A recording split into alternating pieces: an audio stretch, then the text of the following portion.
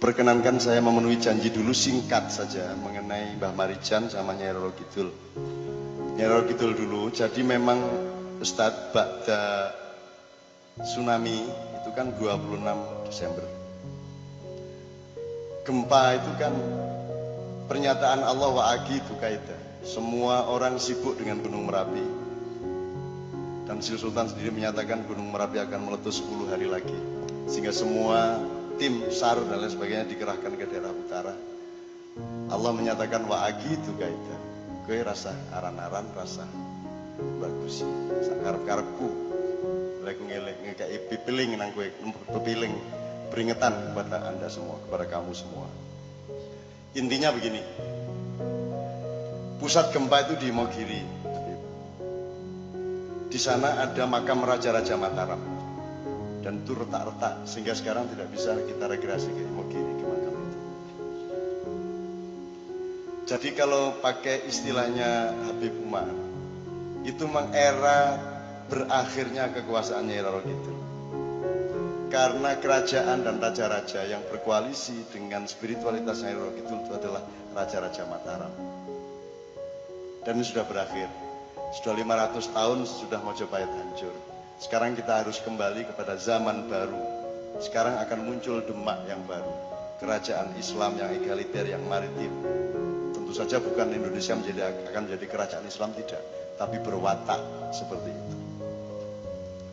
Karena dulu kan ceritanya Mataram itu lahirnya karena gembelengan nih rojo-rojo Islam. Sudah bagus-bagus bikin Demak, tapi kurang istiqomah, setelah itu jadi Pajang. Dan pada saat Sultan Hadiwijaya ini kurang serius juga memerintah dan tidak bisa mengatasi pertentangan antara Sunni dengan Syiah pada waktu itu. Dia bertengkar dengan Aryo Jipang atau Aryo Penangsang. Aryo Jipang itu seorang Syi'i, muridnya Sunan Kudus. Kalau Mas Karebet atau Hadiwijaya itu muridnya Sunan Kalijogo. Artinya dari zaman itu sudah ada pertentangan antara Sunni dengan Syiah. Ada pertentangan antara Islam dengan kejawen dan ada pertentangan antar etnik maupun kelas seperti yang terjadi pada Indonesia sekarang. Itu tidak bisa diatasi sampai meninggalnya Sunan Kudus dan Sunan Kalijogo. Sehingga yang terjadi kemudian adalah peralihan yang aneh dari dari Pajang ke Mataram. Anaknya Sultan Hadiwijaya yang namanya Pangeran Benowo tidak tahan melihat konflik politik yang multipolarisasi itu. Sehingga dia kemudian memilih untuk melakukan gerakan kultural. Beliau bikin pesantren di daerah Banyumas. Sehingga kerajaan kemudian beralih ke Mataram, loncat secara keningratan dari turunan Mojopahit Demak menuju garis yang lain sama sekali, yaitu Ki Gede Pemanahan dan Panembahan Senopati atas strategi luar biasa dari politisi yang bernama Ki Mondoroko atau Ki Jurumartani.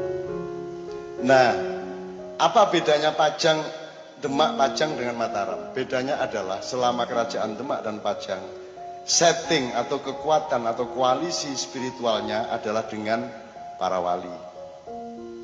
Tapi begitu Mataram berdiri, kekuatan dan wibawa para wali digantikan oleh mistik atau khayal atau bid'ah yang namanya Nyai Roro Kidul.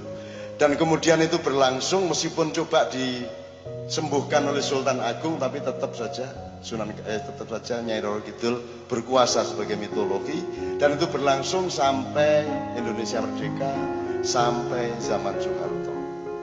Tetap Nyai Roro Kidul yang menjadi acuan. Kalau dulu itu Jawa Islam, zaman Demak, zaman Mataram itu kan Jawa lah, ini enggak Islam. Nah mulai Mataram nganti Pak Harto kuwi Islam Jawa. Ya pancen wong Islam ning Jawa. Jadi Jawanya lebih dominan daripada Islamnya. Soeharto berakhir, kita tidak punya pedoman. Kita masuk ke reformasi dan kita tidak punya pilihan apa-apa kecuali mengembangkan nafsu yang tertahan selama 32 tahun. Akhirnya begitu reformasi terjadi, yang berlangsung adalah Soeharto melampiaskan diri. Semua menjadi Soeharto, semua menjadi koruptor, semua menjadi ya. Mbah Marijan 1 jam setelah BMG menyatakan Gunung Merapi status siaga, turun dari awas ya. Justru ketika dinyatakan siaga maka muncul asap. Wedhus gembel, wedul gembes. Dan Mbah Marijan ketika itu tidur-tiduran di masjid Habib. Terus digugah karo anake karo tangga-tanggane, "Mbah, niki wedhus gembele pun tekan mriku lho, niki monggo melayu mawon ngungsi." Mbah Marijan karo kaya Yai Budi nek usap-usap meneh ya sedekah ngene kae. Mbah Marijan yang ngene ayo ben kae sing duwe karep arep ngopo meneh kae lek ana sing duwe ya ben wae kene manut wae Mbah Marijan. Aning kan semua sudah pada takut sehingga Mbah Marijan dipaksa untuk bangun. Terus Mbah Marijan keluar dari masjid di depan rumahnya dan wedhus gembel asap panas dari Merapi itu sekitar sudah 200 meter dari situ. Terus Mbah Marijan wong kuwi kanca atau kekancan karo Merapi lak wis friend to ket biyen deh. Iya, dengan alam. Mbah Marijan itu ilmunya ilmu hayat, bukan ilmu madrasah. Ilmu hayat. Ingat ya, ilmu kauripan, ilmu kehidupan. Wong sing duwe ilmu sekolahan kudu sinau nang wong sing duwe ilmu kauripan. Wong sing duwe ilmu kauripan ya kudu ngrungok-ngrungokke wong sing duwe ilmu sekolahan. Makanya Mbah Marijan sangat rasional ketika ditanya, "Mbah Marijan kok ndak ngungsi?" Nanti penduduk pada ngikut Mbah Marijan loh. Mbah Marijan jawab, "Kula niku mboten nglarang sinten-sinten ngungsi, kula niku malah ngelekke kono do ngungsi. Rasah manut aku iki wong bodho. Kowe manut wong pinter kae sing ngongkon kowe ngungsi, sapa ngerti sing pinter kae bener." Coba pahami lagi nanti di rumah. Aku wong bodoh, pemerintah kae pinter. Aku wong bodoh, orang ngekon ngungsi, sing pinter ngongkon ngungsi. Terus Mbah Marijan ngendika, sapa ngerti sing pinter kuwi sing bener. Sekarang terbukti yang mana? Sing bener ki wong pinter apa wong bodoh? Jadi orang bodoh bisa lebih pinter daripada orang bisa lebih pinter dari bisa lebih bener daripada orang pinter, kan gitu. Jadi Mbah Marijan begitu. Kalau dia di Mbah Marijan sakti lho, sapa sing sakti? Aku ki wong bodoh, aku ora ngerti kabeh ki sak karepe sing duwe.